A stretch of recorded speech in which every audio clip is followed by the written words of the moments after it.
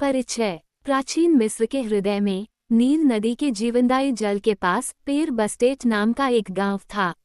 ये गांव देवी बस्टेट के संरक्षण में फल फूल रहा था, जहां के लोग प्रकृति और देवताओं के साथ सामंजस्य बिठाकर रहते थे। उनमें से एक नेफ्रू नाम की एक युवा लड़की थी, जिसकी सुंदरता और दयालुता पूरे देश में प्रसिद्ध थी। यह उसकी कहानी है, साहस, विश्वास और पवित्र कमल की रहस्यमय शक्तियों की कहानी। भाग आई स्वप्न। एक रात नेफरू ने एक ज्वलंत सपना देखा। वह नील नदी के किनारे खड़ी थी, चांदनी नदी की सतह पर चमक रही थी। देवी आइसिस उसके सामने प्रकट हुई, जो दीप्तिमान और राजसी थी। नेफरू, आइसिस बोली, उसकी आवाज नदी के शांत प्रवाह की तरह थी। नील नदी जल्द ही एक बड़े सूखे से परेशान होगी। केवल पवित्र कमल ही इसके पानी को बहाल कर सकता है। आपको इसे ढूंढना होगा और इसे अपने लोगों के पास वापस लाना होगा। नेफरू की नींद खुली, उसका दिल जोर से धड़क रहा था। आइसिस का दृश्य उसके दिमाग में घूम रहा था। अपने गांव को बचाने के लिए दृढ़ संकल्पित होकर उसने पवित्र कमल की तलाश करने का फैसला किया। भाग 2। यात्रा शुरू होती है। भोर में नेफ्रू ने अपने माता पिता को अपना सपना बताया। हालांकि वे चिंतित थे, फिर भी उन्होंने उसकी खोज का समर्थन किया। भोजन का एक छोटा थैला लेकर वह रेगिस्तान की ओर चल पड़ी, जहां उसे विश्वास था कि पवित्र कमल मिल सकता है। यात्रा कठिन थी। नेफरू तपती रेत पर आगे बढ़ी, उसका विश्वास उसके कदमों का मार्गदर्शन कर रहा था। उसे कई चुनौतियों का सामना करना पड़ा, तपती गर्मी, भयंकर रेत के तूफान और खतरनाक इलाके। फिर भी उसका संकल्प कभी डगमगाया नहीं। जैसे जैसे दिन हफ्तों में बदलते गए, नेफरू की ताकत कम होने लगी। जब निराशा उसे घेरने लगी, तो वह एक नखलिस्तान पर पहुंच गई। पानी और छाया का नज़ारा उसे राहत देने वाला था। उसने आराम किया और अपनी ताकत को फिर से हासिल किया, अपने अगले कदम के बारे में सोचते हुए। भाग 3। ओएसिस का संरक्षक।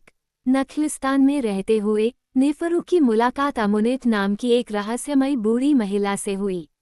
बाज की तरह तेज नज़र वाली अमुनेट को नेफरू की खोज के बारे में काफ़ी कुछ पता था।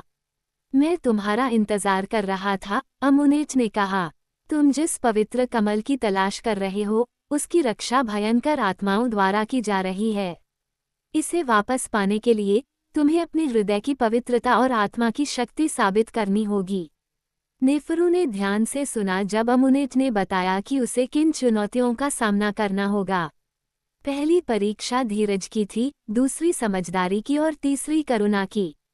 सहन शक्ति की परीक्षा के लिए नेफरू को बिना रुके निराशा के महान रेगिस्तान को पार करना था। अमुनेट के आशीर्वाद से लैस होकर उसने अथक सूर्य और अंतहीन टीलों का सामना किया। वह बिना थके चलती रही, उसके विचार उसके गांव की भलाई पर केंद्रित थे। बुद्धि की परीक्षा के लिए उसे स्फिंक्स की पहेली सुलझानी थी। स्फिंक्स की मांद में पहुंचकर पत्थर के रक्षक ने कहा, मैं जीवित नहीं हूँ, फिर भी मैं बढ़ता हूँ। मेरे पास फेफड़े नहीं है, फिर भी मुझे हवा की आवश्यकता है। मेरे पास मुंह नहीं है, फिर भी मैं डूब सकता हूँ। मैं क्या हूँ? नेफरू ने पहेली पर विचार किया। काफी देर की चुप्पी के बाद उसने जवाब दिया, तुम आग हो। स्फिंक्स ने सिर हिलाकर उसे आगे जाने की अनुमति दे दी। भाग करुणा की परीक्षा।